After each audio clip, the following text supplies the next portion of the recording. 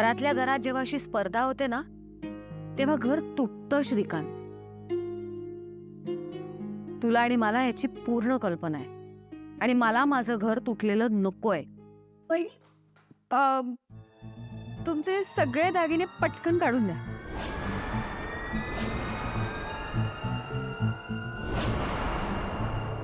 दामिनी, घरात जे चाललंय ते कमी नाहीये का? म्हणून तू अजून इथे येऊन मूर्खपणा करतेस? वहिनी, मला कळतंय, पण तुम्ही थोडं ना शांत व्हा. काय दागिने मला नको आहेत, दिशाला हवे. ती आज पारंपरिक वेशभूषा करणार आहे ना, तर तिच्याकडे ती ज्वेलरी नाहीये.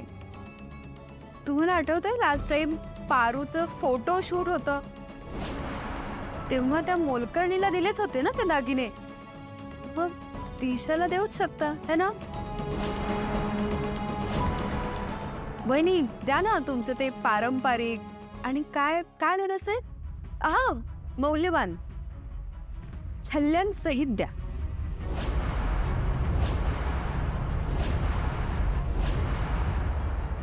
दामिनी, कॉम्पिटिशनची सगळी तयारी दिशा करते ना, मग तिच्या दागिन्यांची व्यवस्था सुद्धा तिनेच करायला पाहिजे होती ना.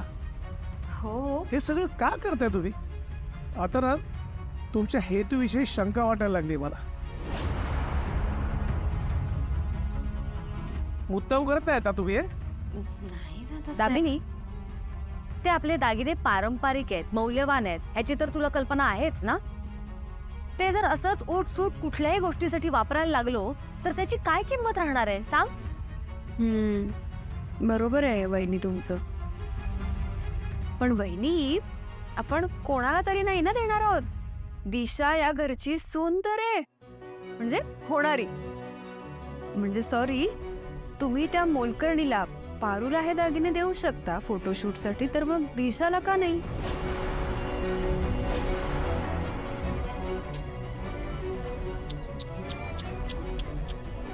मला ना दिशाची फार दया वाटते हो. म्हणजे खूप दया येते तिच्यावर.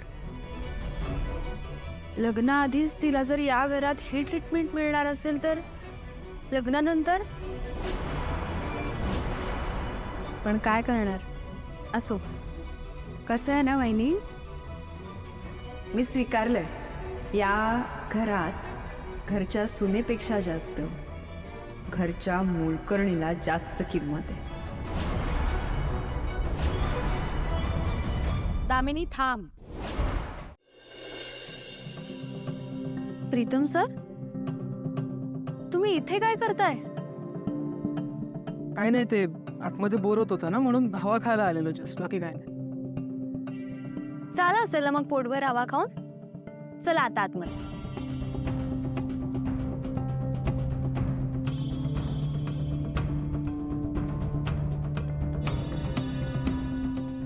प्रीतम सर, पारू किती छान तयार झाले बघितलं तुम्ही? खूप मस्त दिसते ते. ऑब्व्हियसली छान दिसत असणार प्रिया मॅम, तुम्ही तयार केलंय तिला. मॅम तुम्ही ना बेस्ट आहात, सगळंच सांभाळून घेता. खरी पारूला आणि ऑफिसमध्ये मला. मॅम तुम्ही नसतात ना तर ते प्रेझेंटेशन नसतं चांगलं झालं. मी केलंच सगळं, मी काहीच नाही केलं. बेसिकली मी काही करूही शकत नाही.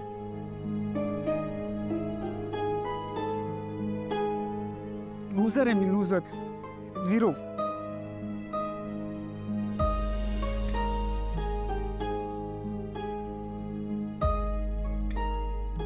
तुम्हाला सुद्धा एक मैत्रीण म्हणून माझी लाजच वाटत असेल ना? प्रीतम सर,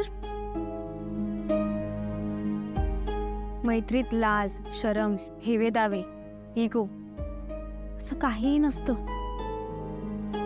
आणि मी तुम्हाला मनाने माझा मित्र मानलंय. मला माझ्या कुठल्याच मित्राची लाज नाही वाटत, उलट अभिमान वाटतो. खूप छान बोलता तुम्ही प्रिया मॅम. एखाद्याचं मन कसं राखायचं ना, ते कोणीतरी तुमच्याकडून शिकावं. आणि मला माहिती आहे की तुम्ही हे सगळं का बोलता.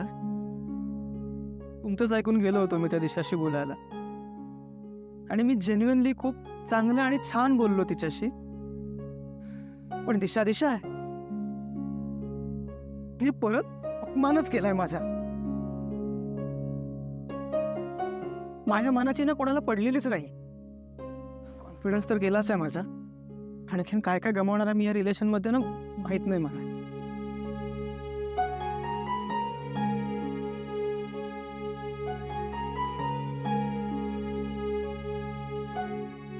प्रीतम सर,